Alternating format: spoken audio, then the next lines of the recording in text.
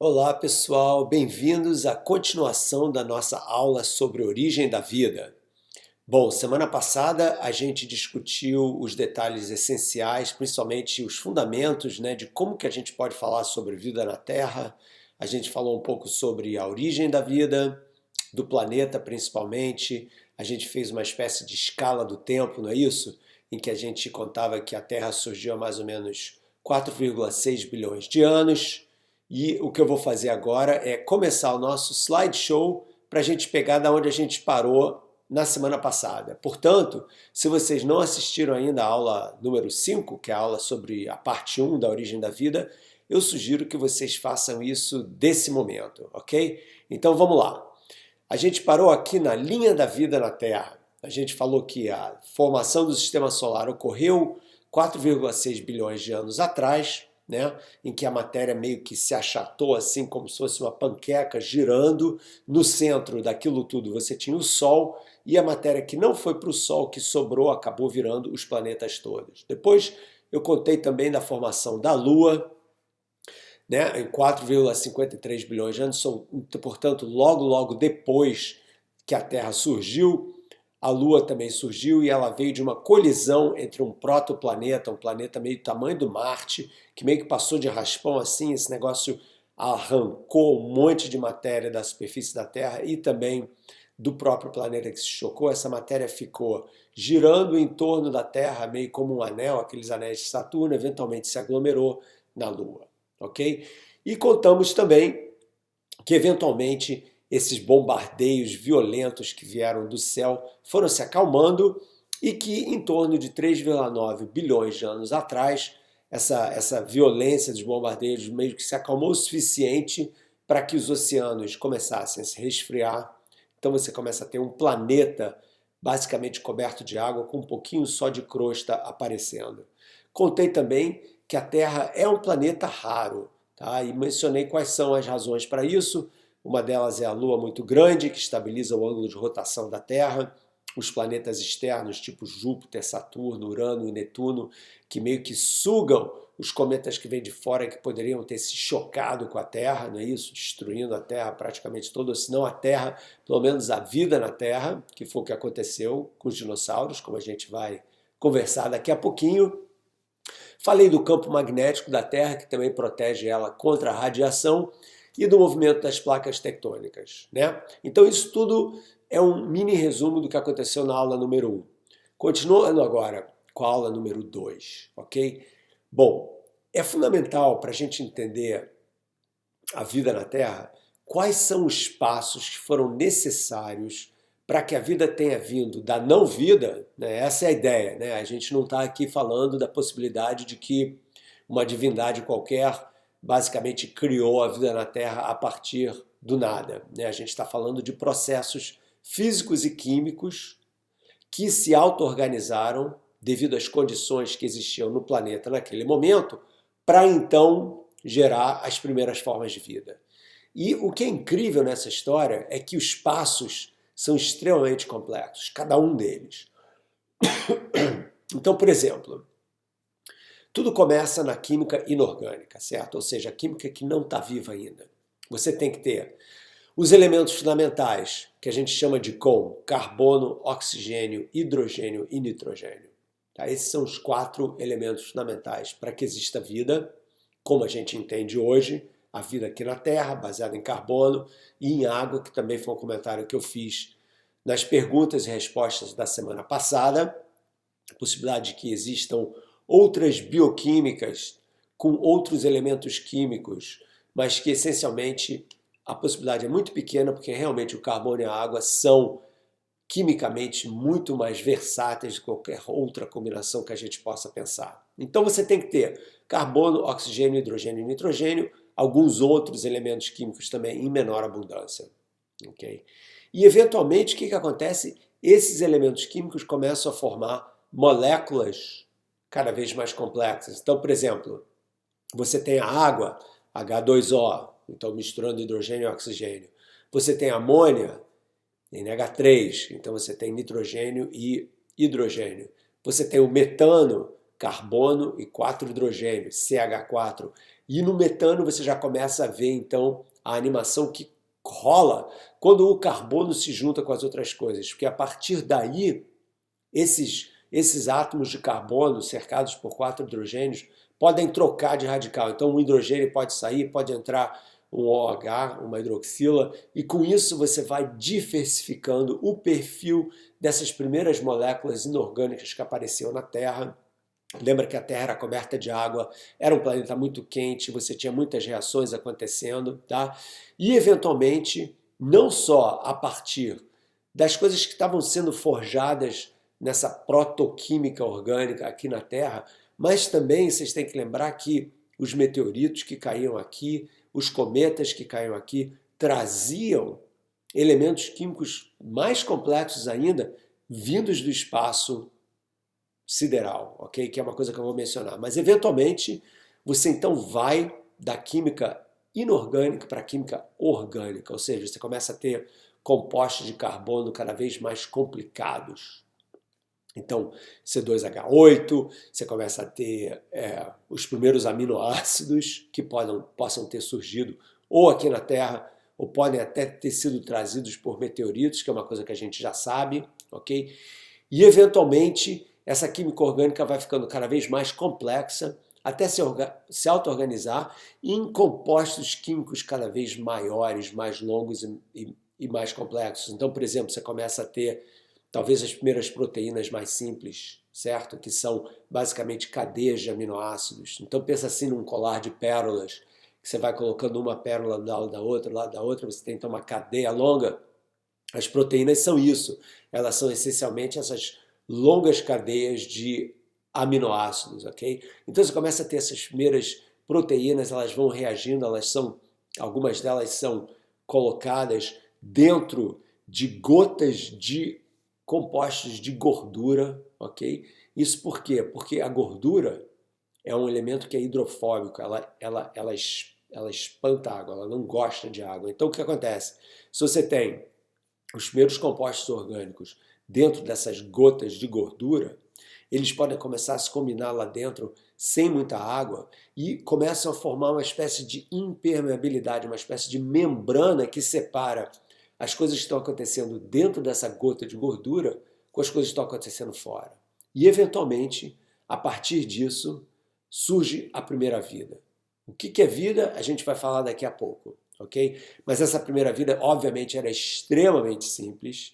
E vida aqui significa simplesmente um conjunto de reações bioquímicas capazes de absorver energia do meio ambiente, calor, a radiação vinda do sol, a energia que vem do movimento das águas e trazer essa energia de forma a metabolizar nutrientes e a se reproduzir.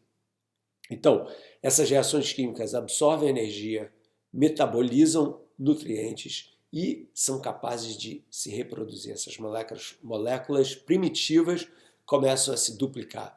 E essa é, então, a primeira vida. E cada um desses passos, o passo da química inorgânica para a química orgânica, da química orgânica para a bioquímica, da bioquímica para a primeira vida, da primeira vida para as células procariotas, né? Porque você começa a ter essas primeiras células quando você tem, então, os primeiros elementos, as primeiras moléculas, na verdade, que são longas o suficiente para transmitir o material genético de uma geração para a próxima.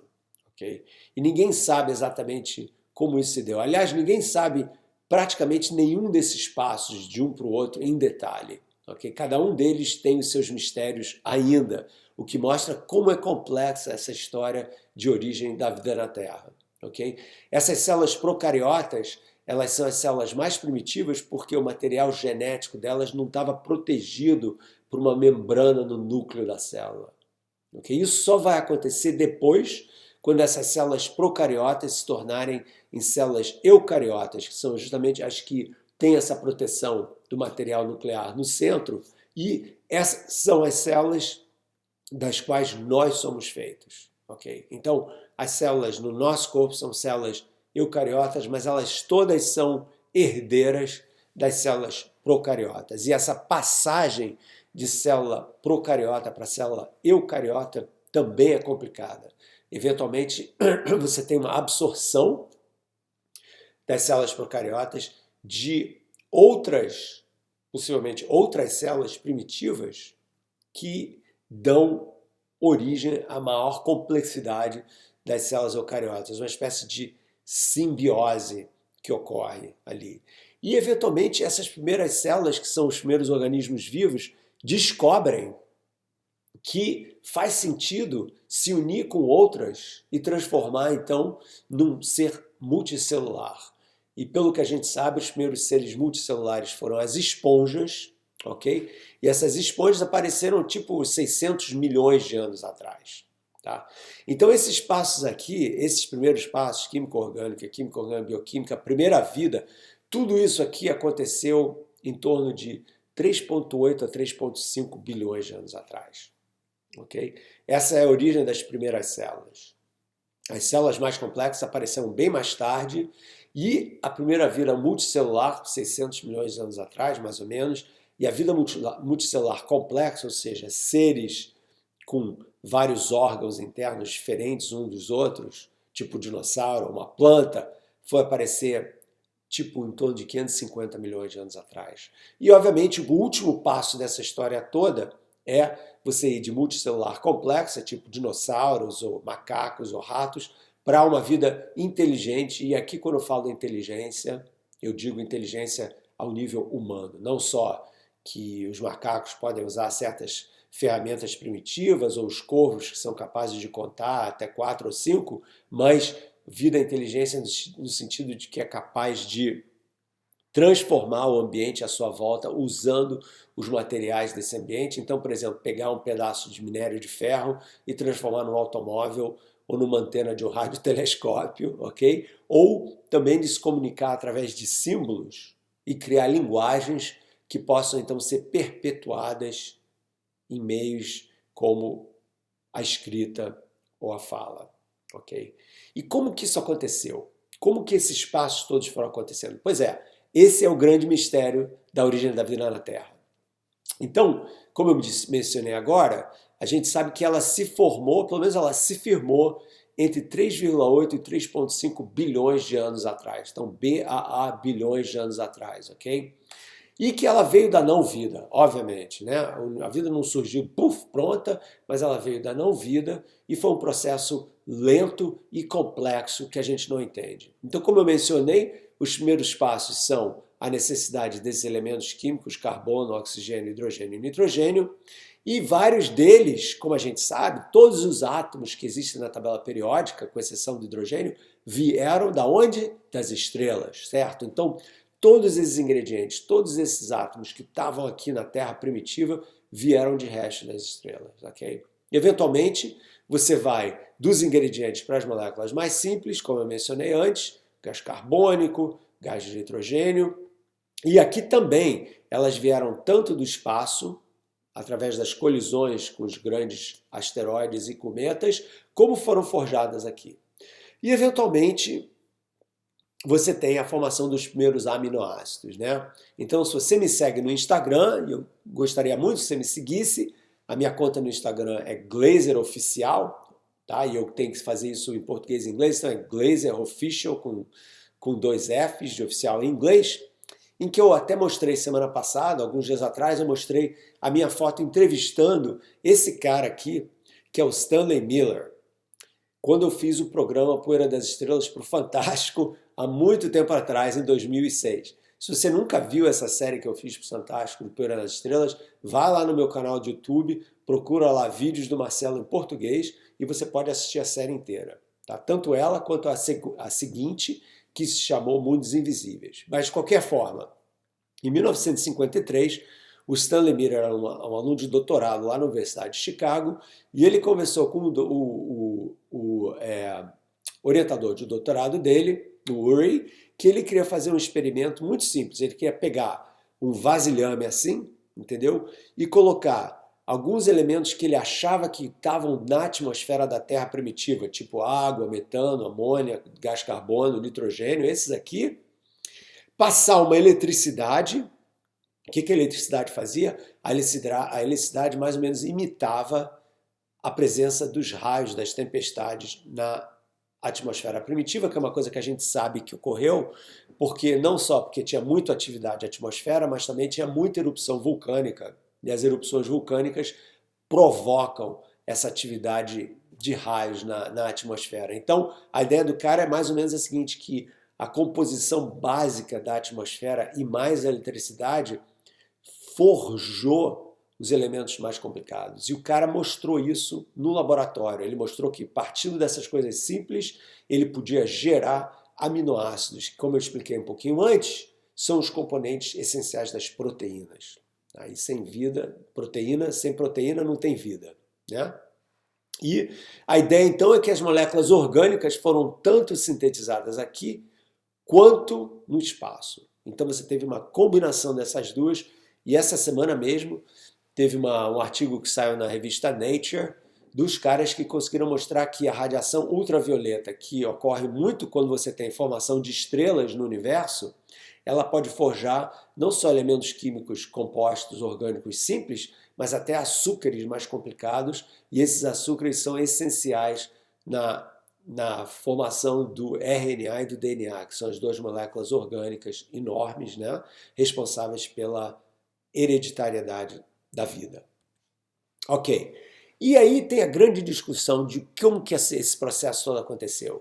Foi o metabolismo que aconteceu antes ou foi a genética que aconteceu antes, né? Então tem esse grande debate. Bom, como eu tinha explicado antes, um dos passos fundamentais para a origem da vida é justamente a formação dessas protocélulas. A ideia de que você tinha gotículas de compostos ricos em gorduras que eram mais separados da água em torno deles, ok? E o que acontecia? Dentro deles você tinha todas essas reações químicas acontecendo e, eventualmente, após milhões e milhões e milhões de anos de muita tentativa e erro, essas reações químicas descobriram a capacidade de se reproduzir, de se duplicar, ok? Então, moléculas relativamente grandes que existiam dentro dessas gotículas podiam absorver energia do meio ambiente e usar esse calor e essa radiação como combustível para poder se replicar. Então você, segundo a opinião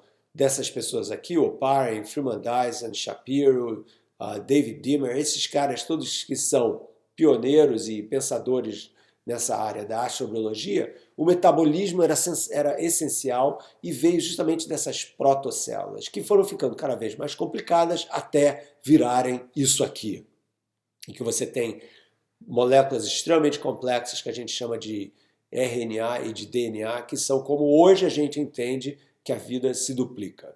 Ok? Essa era a ideia. Mas o ponto é o seguinte, tem gente que diz que não, que você tem que ter genética antes de ter metabolismo. E eu, sinceramente, nunca entendi exatamente como isso poderia acontecer, porque para você ter o famoso mundo do RNA, né, de que o mundo primitivo era cheio de moléculas de RNA, que então iam se duplicando, se misturando, se combinando, de forma a forjar uma química orgânica cada vez mais complexa, eu nunca entendi como que você vai de A até B. Quer dizer, como você vai de uma coisa super primitiva, em que você não tem nada, para uma situação em que você tem esses compostos que já são super complicados, com milhões e milhões e milhões e milhões de átomos em coordenação incrível. Então, para mim, a vantagem de você estudar o RNA é que você pode fazer isso no laboratório e isso é uma coisa que permite que as pessoas possam ensaiar, vamos dizer assim, ou simular as grandes reações que poderiam ter acontecido depois que a vida já tinha se complexificado. Mas esses primeiros passos mais simples, qual foi essencialmente a rota usada por essas primeiras moléculas para que elas pudessem se reproduzir? Porque a essência da vida é reprodução, entendeu? A vida só quer saber disso, ela quer saber de se reproduzir. Quando muda o meio ambiente, ela quer saber de se reproduzir e se ela não consegue se adaptar às condições novas do meio ambiente, ela morre.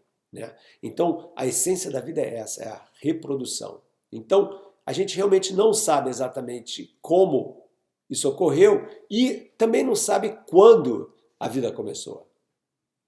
Então, na verdade, para você pensar um pouco mais profundamente sobre isso, a gente nem sabe como definir vida.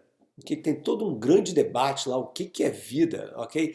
E o ponto é que a gente não tem uma definição única. Por exemplo, se você falar que a vida é uma reação que gosta de se reproduzir, você pode falar, o fogo também é uma reação que gosta de se reproduzir, né? Você pode pular de um ponto para outro, você vê os grandes incêndios agora na Califórnia, que o vento leva o fogo de um ponto para outro e a coisa vai se alastrando de uma forma terrível.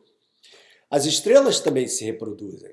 Quando uma estrela morre, ela explode e as ondas dessa explosão super cataclísmicas, elas se chocam com nuvens de hidrogênio que existem e criam instabilidades que vão gerar novas estrelas, né? Então você tem uma reprodução de estrelas também, certo? Elas nascem, elas vivem, elas morrem, ok?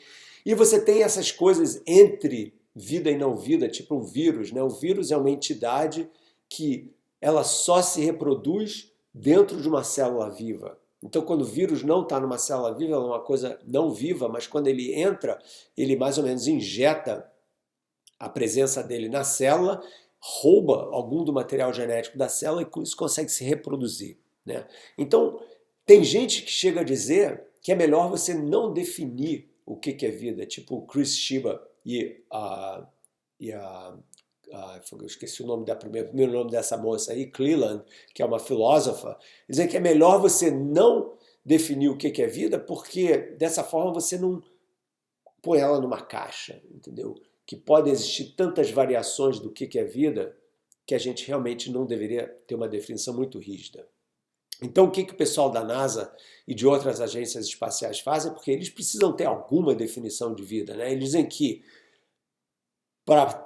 em termos práticos, a vida é uma reação, é uma rede de reações químicas que seguem a evolução darwiniana. Ou seja, elas metabolizam energia e são capazes de se reproduzir de forma que a próxima geração tenha a mesma informação genética, combinada às vezes, dependendo do processo em que isso ocorre, da geração anterior. E mais ainda, a gente também sabe que para você definir vida, você precisa ter uma fronteira, uma barreira entre o que está vivo e o que não está vivo. Então, se você tem uma célula, que tipo, isso aqui é uma célula procariota, por exemplo, né? Ela está isolada do resto do ambiente dela, né? E as primeiras células que existiram aqui na Terra foram procariotas, okay?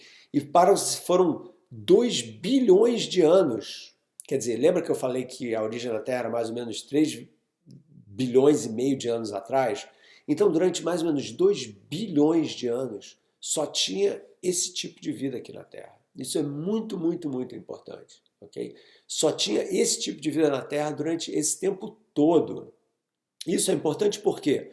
Bem, é importante porque a gente entende que essas células aqui, elas não só surgiram no planeta, como elas transformaram o planeta, ok? Porque foram essas células que em torno de 2 bilhões de anos atrás descobriram o processo de fotossíntese, ou seja, elas começaram a converter o gás carbônico que existia na atmosfera, predominantemente, em oxigênio. Então, elas oxigenaram a atmosfera e transformaram a composição dela, e foi por causa dessas células procariotas que a Terra se tornou um planeta com uma atmosfera rica em oxigênio, e a partir daí, porque o oxigênio é meio tipo a barra de granola da bioquímica, ele pode gerar muita energia nas reações dele, e com isso foi capaz, então, de componentes, organismos mais complexos formarem. Você tem a transição de procariotas e eucariotas, tá bem? Em que, como eu expliquei, você tem o núcleo, né, com o material genético, né? E você tem um monte de outras coisas também, né? Você vê aqui que essas células são extremamente complicadas, com ribossomas, etc. E com mitocôndrias que a gente acha que eram organismos independentes que foram absorvidos pelas células nesse processo simbiótico, ok? Isso é uma tese da Lynn Margulis, que foi, aliás, a primeira mulher do Carl Sagan, que era uma grande bióloga e também geóloga. Ela misturava essas duas coisas e ela então tem essa ideia da endossimbiose, da ideia de que você podia pegar organismos vivos e englobar eles dentro de você e com isso melhorar a sua probabilidade de vida. Aliás, pessoal, como vocês sabem, a gente está cheio de bactéria no nosso intestino e existe uma relação endossimbiótica logo ali, e sem elas você sabe que a gente não ia conseguir digerir, a gente não ia poder viver direito, né? Então, isso é muito importante, ok? Bom, então o que acontece? Essa transformação, ok, da vida complexa numa vida mais complexa ainda, né? Começa com procariota, depois vira célula eucariota, e depois você tem a vida mais complexa dos dinossauros e tal. As pessoas acham, erradamente, que se você tem vida num lugar, essa vida com certeza vai ficar inteligente. E a história não é assim, entendeu? A vida não tem o objetivo de ficar inteligente. A vida não tem esse objetivo de forma alguma. A vida, o único objetivo da vida é em se preservar. Uma criatura viva quer continuar a viver e como ela não consegue viver para sempre, o que ela faz? Ela transmite o seu material genético de uma geração para outra. Então, essencialmente, a função da vida é se reproduzir, é espalhar o seu material genético de geração em geração em geração em geração, ok? E fundamentalmente aí, então, você mostra que a vida não tem uma teleologia, um objetivo final, né? O que leva a uma grande meditação sobre a importância da vida aqui na Terra, que eu acho que eu vou levantar na semana que vem, porque é uma semana muito propícia para isso, né? Com o Natal, Ano Novo e tal. Eu vou fazer a terceira parte dessa aula, que vai ser uma meditação sobre a nossa relação com a vida na Terra, com o planeta e com o universo como um todo. Mas nesse caso aqui, vale a pena a gente mencionar o seguinte, então. Falando um pouco da história da vida aqui na Terra, 2,5 bilhões de anos, a vida na Terra era só unicelular, ou seja, só tinha bactéria, moçada, entendeu? Só tinha bactéria, tipo ameba, né? E nem ameba, porque a ameba já é bem complicada, só tinha células procariotas, as famosas algas cianobactérias ou algas azul-verdes, e essas algas desenvolveram o processo de fotossíntese, transformaram a composição química da atmosfera, oxigenando ela, ok? E isso permitiu que organismos mais complexos aparecessem. Então, quando você começa a pensar na origem da vida na Terra e na evolução da história da vida na Terra, nós só estamos aqui por causa dessas algas que descobriram a fotossíntese tipo 3 bilhões de anos atrás. Muito importante pensar nisso. E 150 milhões de anos atrás, quem estava aqui eram os dinossauros. E eles dominaram, até antes disso, 250 milhões de anos atrás eles estavam aqui. E eles dominaram a cadeia alimentar, certo? Todo mundo conhece a história. Os dinossauros não eram os mesmos, né? Eles viveram, eles sobreviveram durante 150 milhões de anos. Então eles foram mais ou menos de 200 milhões de anos atrás até 65 milhões de anos atrás. Que é muito, muito, muito mais do que nós. Nós só estamos aqui há 200 mil anos, ok? Então os dinossauros ficaram aqui 150 milhões de anos. E o que aconteceu com eles? Bem, segundo as nossas descobertas mais recentes, 65 milhões de anos atrás, 65 para 66 milhões de anos atrás, houve uma grande colisão de um asteroide com mais ou menos 10 quilômetros de diâmetro. Imagina isso, pessoal. Uma pedra com 10 quilômetros de diâmetro, viajando a 20 mil quilômetros por hora, pau, se chocou na península de Yucatán, lá no México. Eu sempre gosto de dizer que o asteroide Arrapotaria era para ter caído na Argentina, mas caiu no México, entendeu? E o que acontece quando uma pedra dessas cai? Mas pô, como que uma pedra de 10 quilômetros pode ter afetado a vida no planeta a ponto de ter extinguido mais ou menos 45% da vida, incluindo todos os dinossauros? Como que é possível uma coisa dessas? Bem, é possível porque vocês têm que imaginar o seguinte: essa pedra de 10 km tem muita massa e está viajando a 20 mil km por hora, ou seja, tem uma energia de movimento, uma energia cinética gigantesca. O que vai acontecer então? Quando ela se choca com a Terra, ela vai transferir toda essa energia de movimento dela ao ponto de impacto. E quanta energia é essa? Só para vocês terem ideia, A energia é equivalente ao seguinte: você pegar todas as bombas termonucleares, ok? As bombas de hidrogênio que existiam no alto da Guerra Fria, tipo mais de 5.000 delas, ok? Multiplicar a energia de detonar todas elas ao mesmo tempo por 100.000, essa energia desse impacto, desse asteroide na Península de Yucatán, no México. Então, quando a coisa bateu, foi tão violenta que o repuxo, lembra quando você joga uma pedra na água, sempre tem um repuxozinho, né? Sempre a água volta, né? Sobe um pouquinho. Pois é, esse repuxo dessa colisão levou matéria até mais ou menos metade da distância entre a Terra e a Lua. Ok? Metade da distância entre a Terra. E essa poeira toda foi cobrindo o planeta, até que o planeta inteiro ficou coberto por uma espécie de camada espessa de poeira. O Sol não podia mais penetrar durante anos e anos e anos. E com isso, os dinossauros, que são répteis que têm sangue frio, que precisam de calor para poder sobreviver, morreram. Quem se deu bem nessa jogada? Bom, tem uma outra alternativa também dizendo que eles morreram por causa disso, porque eles também fumavam. Mas tem uma, aliás, os meus irmãos, aliás, deviam saber bem disso. Tem uma outra alternativa que diz que houve essa destruição dos dinossauros, ela não foi tão rápida assim, houve realmente esse impacto dos dinossauros, do asteroide e tal, mas houve também uma espécie de coordenação desse impacto com um monte de erupções vulcânicas e foi a combinação desses dois efeitos, terremotos e maremotos, etc., que geraram essa devastação na Terra inteira. E, aliás, essa não foi a única extinção. Houveram 5 grandes extinções. Essa é só uma delas. Teve outra que foi muito pior, que quase que esterilizou a Terra inteira, entendeu? Acabou com a vida na Terra inteira, né?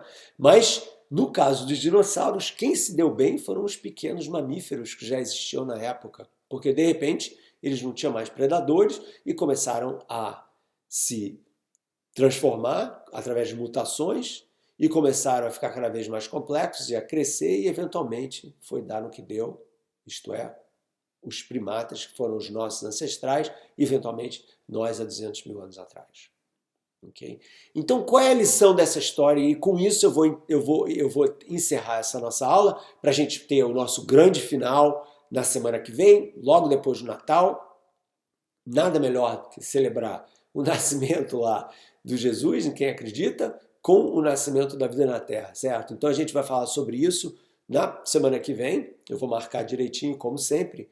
Mas o ponto mais fundamental dessa história que eu estou contando hoje, que é a história da vida na Terra, é que ela é um produto de acidentes, colisões com asteroides, erupções vulcânicas, etc., e seleção natural, né? O lado aleatório de como que as mutações genéticas, como que os genes de uma geração para outra vão se transformando sem qualquer objetivo essencial, mas eventualmente algumas dessas mutações, poucas dessas mutações, são benéficas e ajudam na sobrevivência dessa espécie, ok? E com isso levam à multiplicação dessa espécie modificada, os mutantes, nas gerações seguintes. Então, se você conta essa história do início até agora, a gente percebe que nós todos somos mutantes, certo? Nós todos somos mutantes e, mais ainda, quando você conta a história daqui para trás, você vê o quê? Que nós todos somos descendentes de seres unicelulares que viveram há 3 bilhões de anos atrás, ok? E mais ainda, que todas as formas de vida que existem na Terra hoje têm o mesmo descendente comum. A gente chama de LUCA, porque vem do inglês de Last Universal Common Ancestor, o último ancestral comum universal. Ok? Então, não é que a gente veio dos macacos. Nós todos, os macacos e os cogumelos e as abelhas e os mosquitos, todos vieram dessa bactéria que existiu em torno de 2 bilhões, 3 bilhões de anos atrás, que é, na verdade, a nossa grande mãe. Então, com essa mensagem de unificação da vida, eu fico por aqui. Um bom Natal para vocês que estão assistindo isso antes do Natal. Se não tiverem, deixa para lá, porque essa mensagem vai ficar para todos vocês. E na semana que vem, a gente vai continuar com a terceira parte dessa aula, em que eu vou discutir não só a vida aqui na Terra, como a vida em outros planetas, e a mensagem de sobrevivência que a gente precisa ter e precisa passar para a nossa geração e para gerações futuras. Então, pessoal, um grande abraço e até a próxima.